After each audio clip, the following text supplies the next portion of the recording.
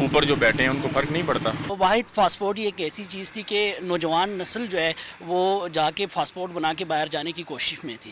اب یہ واحد راستہ تھا پاسپورٹ، اور پاسپورٹ بھی مہنگی کر دی انہوں نے، تو اب کوئی راستہ بچا نہیں ہے. اللہ خیر کرے پاکستان میں کہ نوجوان نسل باہر جانے کے بجائے اب کسی اور جانب نہ سوچے. روزگار تو پاکستان میں ہے ہی نہیں ہے، ٹھیک ہے. جو لوگ باہر جانا چاہتے ہیں وہ بھی نہیں جا سکتے. حکومت کا جو یہ آٹا، بجلی، سوئی، گیس، کوئی ایک چیز ہے جو سستی ہو، جو لوگ باہر مائگریٹ کر کے وہاں پہ کچھ کمانا چاہ رہے ہیں اپنے بچوں کے لیے، ٹھیک ہے، اپنے بیوی بچوں کے لیے، تو ان کے لیے بھی انہوں نے پاسپورٹ کی قیمتوں میں اضافہ کر دیا. میں یہاں سے موو کر کے کہیں باہر چلا جاؤں اور چاہ کے کوئی اچھی اپرچونیٹی کا اویل کروں، تو اس کے لیے بھی اس کو اب پہلے جانا تو خیر مشکل تو پہلے بھی تھا، آسان تو نہیں ہے، لیکن ابھی اس کا مزید ڈیفیکلٹی یہ کر دی کہ پاسپورٹ کی فیسیں بڑھا دی ہیں. کراچی میں مبینہ ٹاؤن تھانے کے باہر طلباء کا دھرنا 8 گھنٹے سے جاری ہے. احتجاج کے باعث ابوالحسن اصفہانی روڈ پر ٹریفک کی رفانی متاثر ہے. سہراب گوٹ سے مسکن چورنگی جانے والی سڑک ٹریفک کے لیے بند ہے. صبح کے اوقات تعلیمی اداروں اور دفتروں کو جانے والے شہریوں کو مشکلات کا سامنا رہا ہے. کراچی میں مبینہ ٹاؤن تھانے کے باہر طلباء کا دھرنا 8ویں گھنٹے میں داخل ہو چکا ہے. احتجاج کے باعث ابوالحسن اصفہانی روڈ پر ٹریفک کی روانی متاثر ہے. سہراب گوٹ سے مسکن چورنگی جانے والی سڑک ٹریفک کے لیے مکمل بند ہے. صبح کے اوقات تعلیمی اداروں اور دفتروں کو جانے والے شہریوں کو مشکلات کا سامنا رہا. بجلی کی تقسیم کار کمپنیز نے مینٹیننس کے 6.25 ارب روپے صارفین پر ڈالنے کا فیصلہ کر لیا. National electric power regulatory authority NEPRA میں بجلی تقسیم کار کمپنیوں نے درخواست ڈال دی ہے. بجلی تقسیم کار کمپنیوں نے کیپیسٹی چارجز کے 31 ارب 34 کروڑ روپے وصولنے کی درخواست بھی نیپرا کو ارسال کر دی ہے. نیپرا 51 ارب 88 کروڑ روپے کا بوجھ صارفین پر ڈالنے کے لیے بجلی تقسیم کار کمپنیوں کی درخواست 17 مئی کو سنے گا. جو بھی فیصلہ ہوا اس کا اطلاق کے الیکٹرک پر بھی ہوگا. یہ نیوز ایک بڑی خبر سامنے لے آیا. 1704 ارب کا مقروض صوبہ کھربوں روپے سے ٹرانسپورٹ کا ایک منصوبہ شروع کرے گا. پاکستان کی تاریخ کے مہنگے ترین ٹرانسپورٹ کے منصوبے کی تیاری مکمل ہو چکی. لاگت اتنی کہ لوگ اورنج لائن میٹرو ٹرین کو بھی بھول جائیں گے. تفصیلات کے لیے ادریس شیخ کی رپورٹ دیکھیں. پنجاب حکومت صرف 19 کلومیٹر طویل ٹرانسپورٹ کے منصوبہ پر 6 کھرب کے قریب رقم خرچ کرے گی. ایئرپورٹ سے داتا دربار تک چلنے والی مجوزہ پرپل لائن پر خرچ ہوں گے 5 کھرب 85 ارب 51 کروڑ 87 لاکھ روپے. ایئرپورٹ سے داتا دربار تک 19 کلومیٹر طویل پرپل لائن ٹرین چلانے کے لیے تخمینہ جات تیار.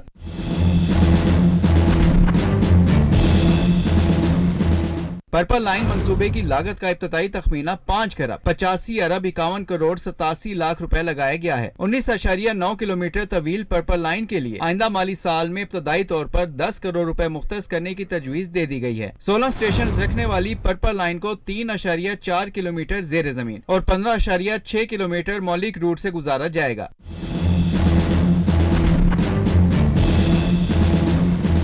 19 کلومیٹر طویل پرپل لائن کی فی کلومیٹر لاگت کا تخمینہ 30 ارب 81 کروڑ 66 لاکھ 73 ہزار 684 روپے لگایا گیا ہے. پرپل لائن پر فی میٹر 3 کروڑ 8 لاکھ 16 ہزار 733 روپے کے اخراجات آئیں گے. پرپل لائن کے مجموعی تخمینے کے مطابق فی سینٹی میٹر 3 لاکھ 8 ہزار 167 روپے خرچ ہوں گے.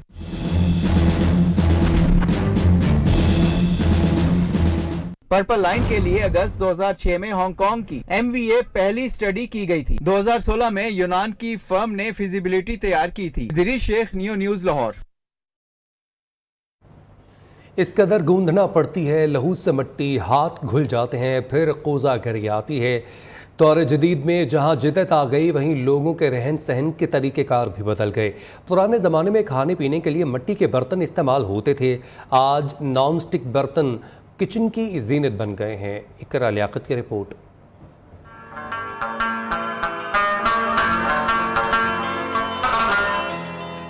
مٹی کے برتنوں کی روایت معدوم ہونے لگی. گھڑے، مٹکے، کنالیاں، چاٹی، کٹورے اور مرتبان کا استعمال محدود ہو کر رہ گیا. کوزہ گروں نے بھی جدت پسندی اختیار کر لی. جیسے جیسے وقت بدلا کچن کے برتن بھی تبدیل ہو گئے. مٹی کے برتنوں کی جگہ پلاسٹک اور سٹیل کے برتنوں نے لے لی. گھڑے کی جگہ کولر اور مٹی کی ہانڈی کی جگہ نان سٹک برتن آ گئے. ہم جو یہ کام کر رہے ہیں ہماری وراثت میں ہمیں شامل ہے. پہلے گھڑے چلتے تھے، ہانڈیاں چلتی، ہم اس کو کنورٹ کر کے اب کڑھائیاں لے آئے ہیں، کولر لے آئے ہیں، اس کے علاوہ جدید طور کے لحاظ سے ہم نے کچھ ڈیکوریشن بنا دی ہوئی ہے ٹی وی لانچ میں, ڈرائنگ روم میں, لابی میں, گارڈن میں لگانے کے لیے. مٹی کے برتن خریدنے آئی خاتون کہتی ہیں کہ مٹی کے برتن صحت مند زندگی کی علامت ہیں. جدید دور کے برتنوں نے بیماریوں کے سوا کچھ نہیں دیا. جو نان اسٹک ہم یوز کر رہے ہیں آج کل وہ بہت مضر صحت ہے, ٹھیک ہے نا. تو مٹی کے برتن جبکہ سیف ہے. مٹی کے برتنوں میں کھانا بہت لذیذ بنتا ہے, کافی دیر لگا کے پکتا ہے لیکن بہت اچھا بنتا ہے. وہ چیز نہیں آتی جو دوسرے برتنوں میں آتی ہے. مٹی کے برتن ہماری ثقافت کا حصہ ہیں. گاؤں کے لوگ آج بھی مٹی کے برتنوں میں کھانا بناتے ہیں. دور جدید میں جہاں پر ٹیکنالوجی نے ترقی کی اور مٹی کے برتنوں کی جگہ نان اسٹک برتنوں نے لے لی, آج لوگوں نے پھر سے مٹی کے برتن استعمال کرنا شروع کر دیے جو کہ صحت مند زندگی کی علامت ہیں. لوگوں کا کہنا ہے کہ اپنی ثقافت کو زندہ کرنے کے لیے اور صحت مند زندگی گزارنے کے لیے مٹی کے برتن آج بھی بہت ضروری ہیں. کیمرہ مین خواجہ فہیم کے ساتھ اقرا لیاقت, نیو نیوز, لاہور. 4 سالہ محمد ایاد پاکستان کی تاریخ کا پہلا بچہ جس کا IQ لیول سٹیفن ہاکنگ سے بھی زیادہ ہے. کم عمری میں عالمی سطح پر ذہانت کے مقابلوں میں حصہ لیا اور جیت کر پاکستان کا نام روشن کیا. تفصیلات اس رپورٹ میں.